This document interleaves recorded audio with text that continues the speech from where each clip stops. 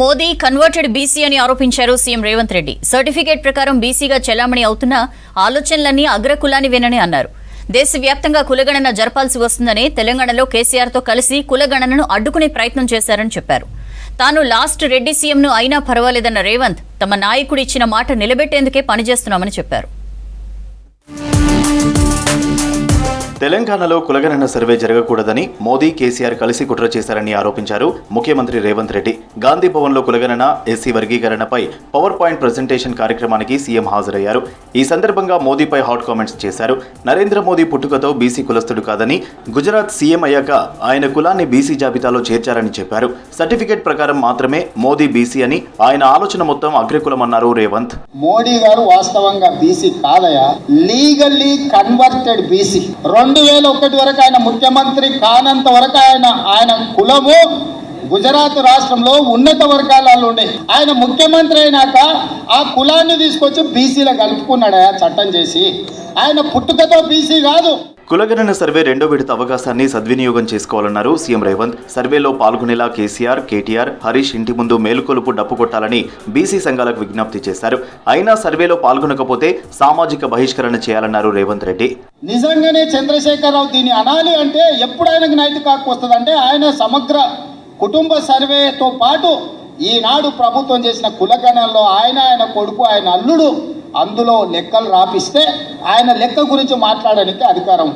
అసలు తెలంగాణ సమాజంలో జీవించే హక్కే చంద్రశేఖరరావుకు లేదు. తాను ఆఖరి రెడ్డి సీఎంను అయినా పర్వాలేదన్నారు రేవంత్. తమ నాయకుడు ఇచ్చిన మాట నిలబెట్టేందుకు క్రమశిక్షణ కలిగిన ముఖ్యమంత్రిగా బాధ్యత తీసుకున్నానని చెప్పారు. కులగణన తన కోసం, తన పదవి కోసం చేయలేదని చెప్పారు. త్యాగానికి సిద్ధపడే కులాల లెక్కలు పక్కాగా తేల్చామని చెప్పారు.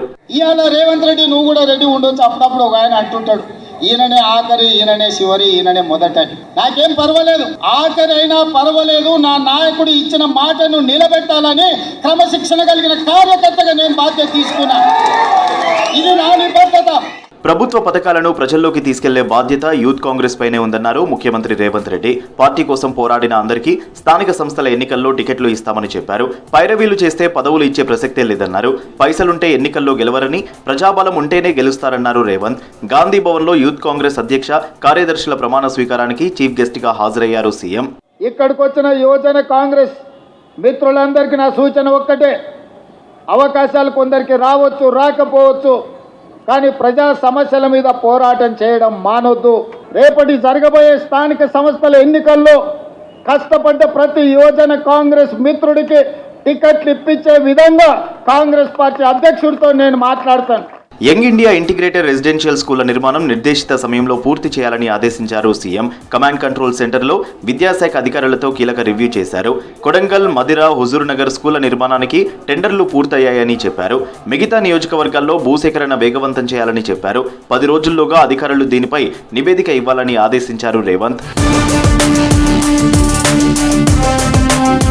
వీరనారి చాకలి ఐలమ్మ మహిళా విశ్వవిద్యాలయంలో ఆ స్థాయి ప్రమాణాలతో సరైన మౌలిక వసతులు కల్పించాలన్నారు CM Revanth. Play ground, academic block, ఇతర సౌకర్యాలను భవిష్యత్ అవసరాలను దృష్టిలో పెట్టుకుని ప్రణాళికలు సిద్ధం చేయాలని సూచించారు. యూనివర్సిటీ అభివృద్ధికి అవసరమైన నిధులు ఇచ్చేందుకు ప్రభుత్వం సిద్ధంగా ఉందని స్పష్టం చేశారు సీఎం. ఆదాయం, ఉపాధి వనరుగా పర్యాటక రంగాన్ని తీర్చిదిద్దాలని ఆదేశించారు ముఖ్యమంత్రి. సెమీ అర్బన్, రూరల్ జోన్లలో పర్యాటకానికి ప్రోత్సాహకాలు అందిస్తామని చెప్పారు. అటవీ, ఐటీ, టీజీఐఐసి, మెడికల్, స్పోర్ట్స్ విభాగాలతో సమన్వయం చేసుకోవాలని సూచించారు సీఎం రేవంత్. తెలంగాణ ఘన చరిత్రను వర్తమానానికి అనుసంధానిస్తూ భవిష్యత్తుకు బాటలు వేసేలా పర్యాటకాన్ని తీర్చిదిద్దాలని చెప్పారు. నాగార్జున సాగర్ బ్యాక్ వాటర్లో బోర్డ్ హౌస్ అందుబాటులో ఉంచాలని చెప్పారు. భువనగిరి కోట రోప్వే పనులపై ఆరా తీసిన సీఎం భూసేకరణ వల్ల కొంత ఆలస్యమైందని చెప్పారు. త్వరలో టెండర్లు పిలవాలన్నారు.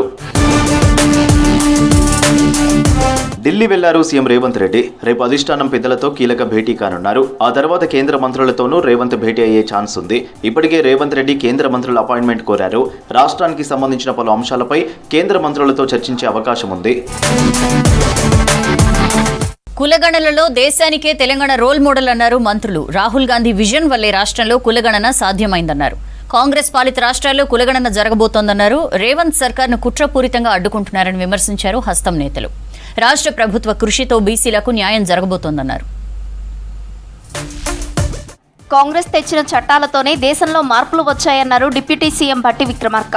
రాజకీయ అవసరాల కోసం ప్రతిపక్షాలు విమర్శిస్తున్నాయని మండిపడ్డారు. కులగణన సర్వేపై ప్రతిపక్షాలు తప్పుడు ప్రచారం చేస్తున్నాయని ఫైర్ అయ్యారు భట్టి. గాంధీ భవన్ లో ఎస్సీ వర్గీకరణపై పవర్ పాయింట్ ప్రజెంటేషన్ ఇచ్చారు. ఈ రాష్ట్రంలో సంపూర్ణంగా ఈ కుల గణన జరిపించినటువంటి విషయం మీ అందరికీ తెలిసిందే. రకరకాలైనటువంటి రైట్ టు ఫుడ్ సెక్యూరిటీ తీసుకొని రావటం కానీ ఇట్లా చెప్పుకుంటూ పోతే ఈ దేశంలో ఈ సమాజంలో వచ్చిన ప్రతి పరివర్తనకి మార్పుకి కాంగ్రెస్ ప్రభుత్వాలు తీసుకొచ్చినటువంటి చట్టాల ద్వారా మాత్రమే ఈ భారతదేశంలో సామాజిక మార్పులు వచ్చాయి. ఈ సమాజ అభివృద్ధికి పునాదులు పడ్డాయి. కాంగ్రెస్ ప్రభుత్వం వ్యవసాయ రంగానికి అధిక ప్రాధాన్యత ఇస్తోందన్నారు డిప్యూటీ సీఎం భట్టి. దేశంలోనే తెలంగాణ రాష్ట్రం వృద్ధి రేటు గణనీయంగా పెరిగిందన్నారు. గ్రామీణ ప్రాంత రైతులకు బ్యాంకింగ్ వ్యవస్థ ఒక బ్యాక్ బోన్ లాంటిదన్నారు వ్యవసాయ శాఖ మంత్రి తుమ్మల నాగేశ్వరరావు. హైదరాబాద్ బేగంపేటలోని ఓ హోటల్లో జరిగిన నాబార్డు రాష్ట్ర క్రెడిట్ సెమినార్ లో పాల్గొన్నారు మంత్రులు Bhatti, Tummala. Of late, I think our government continuously and our agriculture ministry, continuously marketing about the palm oil cultivation. Khammam being a model district for oil production, palm oil production, it has reached to the heights. Now he is trying to spread it to the entire state. The farming community is also coming forward. ఒకసారి verify చేస్తే రైతాంగానికి ఇచ్చినటువంటి loan percentage ఏంటి, మేము ఎగ్గొట్టినటువంటి percentage ఎంత, మీరు ఇచ్చినటువంటి non agriculture loans ఇచ్చినటువంటి అమౌంట్ ఎంత, వాళ్ళు ఎగ్గొట్టినటువంటి అమౌంట్ ఎంత, మీరు ఒకసారి ఆలోచన చేయండి. మా దగ్గర కూడా మాకున్న ఎకరాన్ని మీరు తాకట్టు పెట్టుకొని అప్పిస్తున్నారు.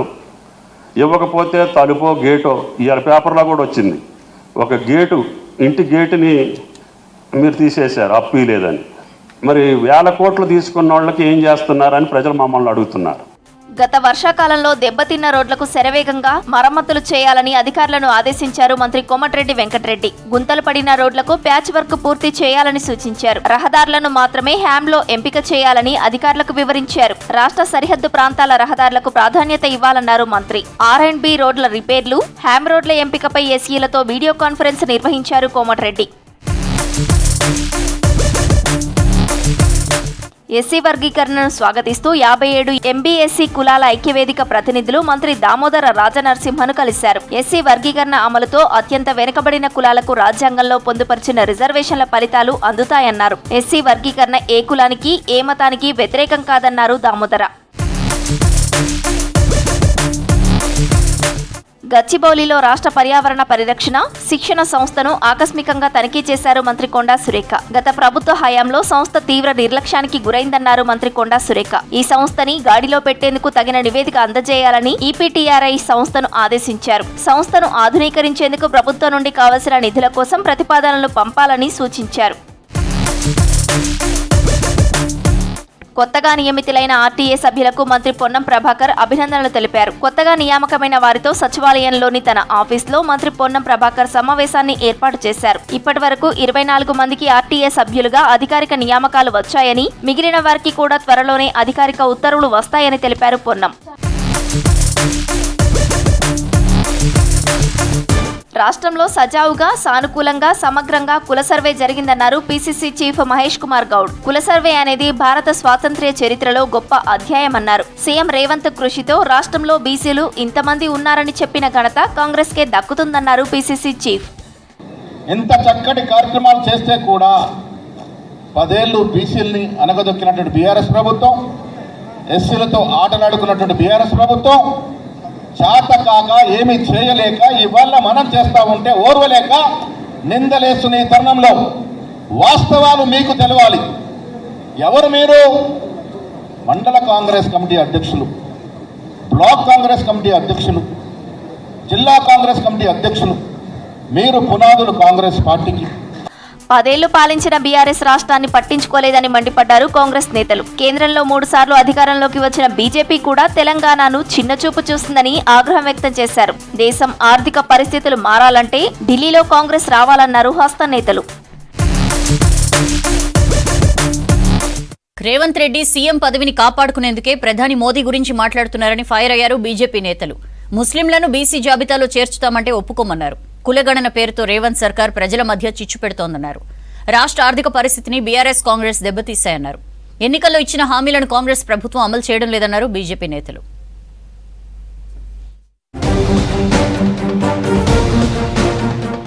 కాంగ్రెస్ సర్కార్ అధికార దుర్వినియోగానికి పాల్పడుతోందని ఆరోపించారు కేంద్ర మంత్రి కిషన్ రెడ్డి.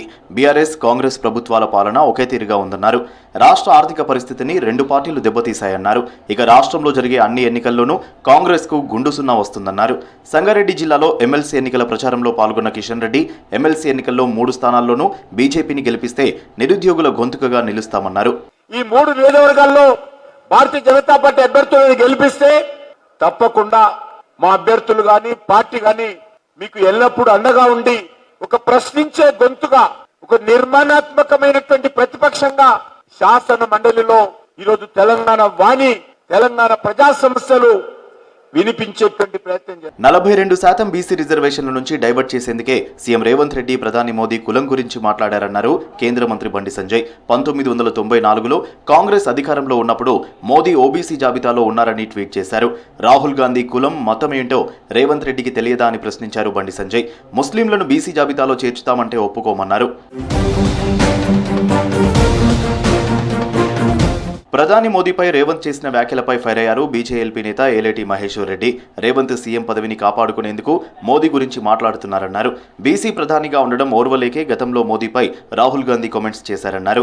ఇప్పుడు రేవంత్ రెడ్డి కూడా అలానే మాట్లాడుతున్నారని మండిపడ్డారు ఏలేటి. ఒక బీసీ ప్రధానమంత్రిగా ఈ దేశంలో నరేంద్ర మోడీ గారు 10 సంవత్సరాలు ఉంటే చూసి ఓర్వలేక పిచ్చి కూతలు కూస్తున్నటువంటి రేవంత్ రెడ్డి గారు, ముందు మీ నాయకుడు రాహుల్ గాంధీ గారు, వారిది ఏ కులం, ఏ మతం, వారు ఈరోజు హిందూగా కన్వర్ట్ అయిన మాట వాస్తవం కాదా అని అడుగుతున్నా. రాష్ట్ర ఆర్థిక పరిస్థితి దయనీయంగా ఉందన్నారు రాజ్యసభ సభ్యుడు లక్ష్మణ్. కాంగ్రెస్ బీఆర్ఎస్ రాష్ట్రాన్ని భ్రష్టు పట్టించాయని విమర్శించారు. హామీలపై గ్రామాల్లో ప్రజలు ప్రభుత్వాన్ని నిలదీస్తున్నారని చెప్పారు. కులగణన పేరుతో ప్రభుత్వం ప్రజల మధ్య చిచ్చుపెట్టి పబ్బం గడుపుతుందని విమర్శించారు లక్ష్మణ్. ఆర్థిక పరిస్థితి ఈ రాష్ట్రానికి తెలియకుండా హామీలు ఇవ్వడం వల్లనే ఈ దుస్థితి అని వారు నిస్సహాయత వ్యక్తం చేస్తారు. అందుకనే ప్రజల దృష్టి మళ్లించడానికి అనేక రకాలుగా కులాల పేరు మీద లేదా వర్గాల పేరు మీద ఉసిగొలిపి పబ్బం గడుపుతున్నారు. కాంగ్రెస్ బీఆర్ఎస్ పార్టీలు బొమ్మ బొరుసు లాంటివని విమర్శించారు Medak BJP MP Raghunandan Rao. Congress BRS ఉద్యోగులను పట్టించుకోలేదన్నారు. రిటైర్డ్ అయిన ఉద్యోగులకు బెనిఫిట్స్ ఇవ్వడం లేదన్నారు రఘునందన్ రావు. సంగారెడ్డి జిల్లా రామచంద్రాపురంలో ఎమ్మెల్సీ ఎన్నికల ప్రచారంలో పాల్గొన్నారు. ఈ రాష్ట్రంలో 10 సంవత్సరాల టీఆర్ఎస్ పాలనలో, 14 నెలల కాంగ్రెస్ పాలనలో ఈ 2 ప్రభుత్వాలు కూడా ప్రభుత్వ ఉద్యోగులని 317 జీవో పేరిట భర్త ఒక దగ్గర, భార్య ఒక దగ్గర రకరకాలైనటువంటి అవస్థలు పడుతుంటే అటు టీఆర్ఎస్ ప్రభుత్వం కానీ 14 నెలల కాంగ్రెస్ ప్రభుత్వం కానీ నిమ్మకు నీరెత్తినట్టు వ్యవహరించినాయి తప్ప ఎక్కడ కూడా ఉద్యోగుల పక్షాన ఒక్క సెకండ్ కూడా ఆలోచించినటువంటి తరుణం అటు కేసీఆర్ గానీ ఇటు రేవంత్ రెడ్డి సర్కార్ గానీ దొరకలేదు. గోల్కొండ జిల్లా అధ్యక్షుడి ప్రకటనపై ఎమ్మెల్యే రాజాసింగ్ చేసిన కామెంట్స్ చర్చనీయాంశంగా మారాయి. పార్టీలో వేధింపులు తట్టుకోలేకపోతున్నానని అన్నారు. అవసరం లేదని క్లారిటీ ఇస్తే ప్రాథమిక సభ్యత్వానికి రాజీనామా చేసేందుకు సిద్ధంగా ఉన్నానన్నారు. గోల్కొండ జిల్లా అధ్యక్షుడి పదవికి తాను సూచించిన బీసీ నాయకుడిని కాకుండా ఎంఐఎం లీడర్ల వెంట తిరిగే వ్యక్తికి ఇచ్చారని మండిపడ్డారు రాజాసింగ్.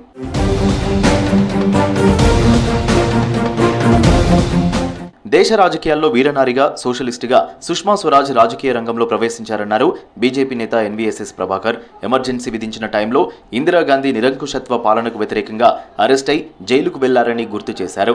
తెలంగాణ ఉద్యమ సమయంలో యువత ఆత్మహత్యలు చేసుకుంటుంటే రాష్ట్రాన్ని సాధించి తీరుతామని భరోసా ఇచ్చారని చెప్పారు. సుష్మా స్వరాజ్కు తెలంగాణతో అత్యంత అనుబంధం ముడిపడి ఉందన్నారు ఎండల లక్ష్మీనారాయణ. ప్రధాని మోదీ అమెరికా టూర్ ముగిసింది. మిషన్ 500 లక్ష్యంగా ప్రధాని మోదీ, ట్రంప్ మధ్య చర్చలు జరిగాయి. 2030 నాటికి ఇరు దేశాల మధ్య $500 బిలియన్ ట్రేడ్కు ప్లాన్లు రెడీ అయ్యాయి. ఇక భారత్కు F-35 ఎయిర్ క్రాఫ్ట్స్ అమ్మేందుకు ట్రంప్ ఓకే చెప్పారు. భారత్ అమెరికా కలిసి నడిస్తే ప్రపంచానికే మంచిదన్నారు మోదీ.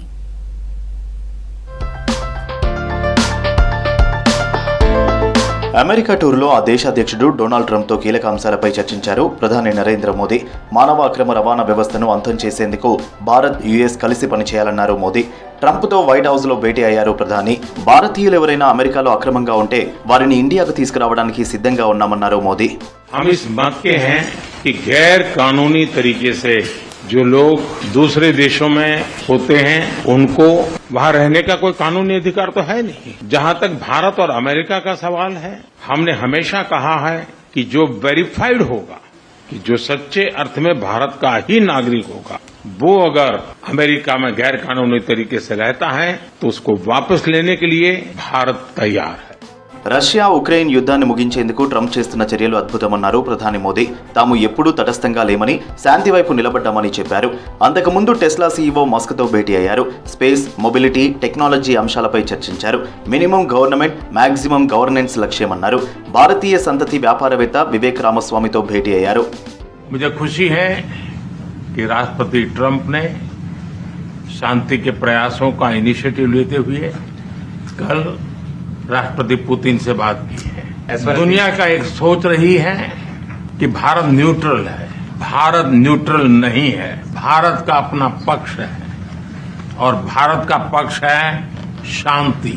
हम पहले दिन से ही, और मैंने राष्ट्रपति पुतिन को उनकी मौजूदगी में मीडिया के सामने कहा था कि ये समय युद्ध का नहीं है। భారత్లో ట్రెడిషనల్లీ హైయెస్ట్ టారిఫ్లు ఉంటాయన్నారు అమెరికా ప్రెసిడెంట్ ట్రంప్. యుఎస్ నుంచి ఇతర దేశాలు ఎంత సుంకాలు వసూలు చేస్తారో అంతా తాము వసూలు చేస్తామన్నారు. రెసిప్రోకల్ టారిఫ్లు ఉంటాయన్నారు. సుంకాల వల్ల భారత్లో వ్యాపారం చేయడం కష్టమన్నారు. టారిఫ్లపై చర్చించేందుకే మోదీతో ఎలన్ మస్క్ సమావేశమయ్యారని తెలిపారు. చాలా కాలంగా భారత్లో బిజినెస్ చేయాలని మస్క్ ఎదురు చూస్తున్నారన్నారు ట్రంప్. ఇక ప్రధాని మోదీ తనకంటే మంచి సంవాదకర్త అన్నారు. And I assume he wants to do business in India. But India is a very hard place to do business in because of the tariffs. They have the highest tariffs just about in the world, and it's a hard place to do business. No, I would imagine he met possibly because, you know, he's running a company. He's doing this as something that he's felt strongly about for a long time because he sees what's happening and he sees how the country is really being hurt badly by all of the fraud, waste and abuse. Yeah. America అధ్యక్షుడిగా తాను ఉండి ఉంటే Russia Ukraine యుద్ధం జరిగి ఉండేది కాదన్నారు Trump. నాటోలో ఉక్రెయిన్కు సభ్యత్వం ఇస్తామనడంతోనే ఇదంతా జరిగిందన్నారు. ఇక భారత్కు తమ మిలిటరీ ఉత్పత్తుల విక్రయాలను పెంచుతామన్నారు. F-35 ఫైటర్స్ను అమ్ముతామన్నారు. ఆయిల్ ఎగుమతులను భారత్కు పెంచుతామన్నారు. ఇక ముంబై ఉగ్రదాడుల నిందితుడు రానాను భారత్కు అప్పగిస్తామన్నారు ట్రంప్. బంగ్లాదేశ్ ఇష్యూలో తాను జోక్యం చేసుకోనని తెలిపారు. ఆ దేశం సంగతి మోదీ చూసుకుంటారని చెప్పారు. Well, there was no role for our deep state. It was. This is something that the Prime Minister has been working on for a long time and has been worked on for hundreds of years, frankly. I've been reading about it. But I will leave Bangladesh to the Prime Minister. భారత ప్రధాని మోదీకి gift ఇచ్చారు Trump. Hour journey together అనే పుస్తకంపై సంతకం చేసి బహుమతి ఇచ్చారు. అందులో హౌడీ మోడీ కార్యక్రమం, ఇద్దరు కలిసి ఉన్న ఫోటోలు ఉన్నాయి. వైట్ హౌస్ లో ట్రంప్ తో భేటీ తర్వాత 2 రోజుల అమెరికా పర్యటన ముగించుకుని భారత్ బయలుదేరారు ప్రధాని. పుల్వామా అమరవీరులకు నివాళి అర్పించారు వివిధ జాతీయ పార్టీల అగ్రనేతలు. ఈ ఘటనను ఎవరూ మర్చిపోలేరన్నారు.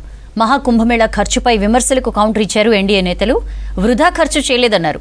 యూపీకే 3 లక్షల కోట్ల లాభం వస్తోందన్నారు.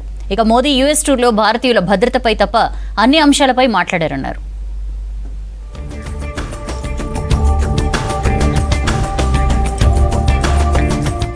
2019లో జరిగిన పుల్వామా ఉగ్రదాడి ఘటన ఎవరూ మర్చిపోలేరన్నారు కేంద్ర హోంమంత్రి అమిత్ షా. అప్పుడు 40 మంది సైనికులు ప్రాణాలు కోల్పోయారన్నారు. అమరవీరులకు నివాళులర్పిస్తున్నామన్నారు. ఆ ఘటన తర్వాత దేశాన్ని సురక్షితంగా ఉంచేందుకు కృషి చేస్తున్నామన్నారు షా. పాకిస్తాన్కు కూడా తగిన గుణపాఠం చెప్పామన్నారు. पूरी दुनिया के आतंकवादियों को कहा है कि भारत की सीमा और भारत की सेना उसके साथ खिलवाड़ नहीं कर सकती.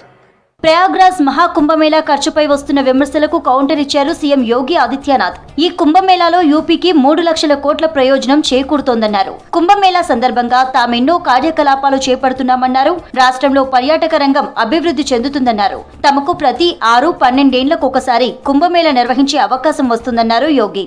6 वर्ष में कुंभ का और 12 वर्ष में महाकुंभ के आयोजन के साथ हमें जुड़ने का अवसर प्राप्त होता है. ये सभी आयोजन और इस दृष्टि से हम लोग इन सभी आयोजनों के साथ जो कुछ भी कार्य कर पाते हैं बहनों और भाइयों, वो यहाँ पे टूरिज्म को उतना ही गुना आगे बढ़ाता है. యూనిఫామ్ సివిల్ కోడ్ అమలు చేయడంలో ఉత్తరాఖండ్ విజయం సాధించిందన్నారు సీఎం పుష్కర్ సింగ్ ధామి. యూసీసీ అమలు విషయంలో ప్రధాని మోదీ, అమిత్ షా మార్గదర్శకత్వంలో ముందుకెళ్తున్నామన్నారు.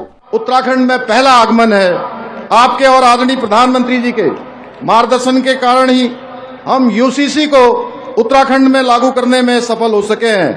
समान नागरिक संहिता को धरातल पर उतारने की दिशा में आपके द्वारा किए गए सहयोग के लिए समस्त उत्तराखंड वासियों की ओर से मैं आपका हृदय से स्वागत एवं अभिनंदन करता हूं। 26/11 దాడులకు ప్లాన్ చేసిన సూత్రధారి తహవ్వూర్ రానాను భారత్ కు అప్పగించేందుకు అమెరికా అంగీకరించడం సంతోషించాల్సిన విషయమన్నారు మహారాష్ట్ర సీఎం దేవేంద్ర ఫడ్నవీస్.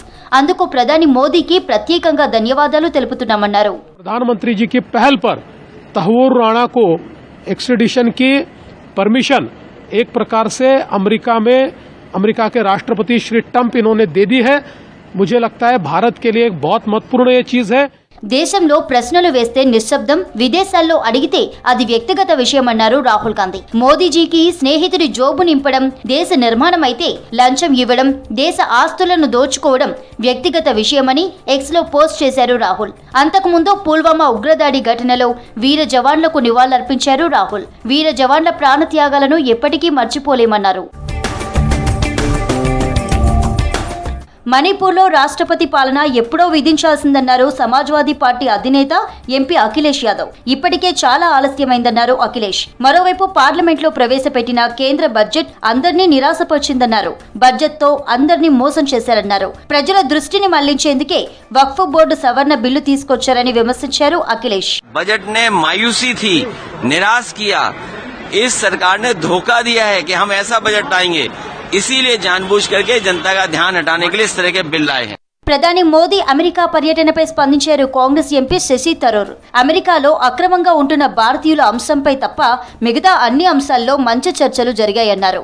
ఇక ట్రేడ్ టారిఫ్లపై మరోసారి ఇరువురు నేతలు కూర్చొని డిస్కషన్ చేయాలని సూచించారు. భారత్ కు F-35 ఎయిర్ క్రాఫ్ట్లను అమ్మేందుకు అమెరికా ముందుకు రావడం మంచి పరిణామమన్నారు. అత్యాధునిక ఎయిర్ క్రాఫ్ట్ కొనుగోలుతో భారత వైమానిక దళం మరింత శక్తివంతమవుతుందన్నారు Shashi Tharoor. That's all for now. Stay tuned.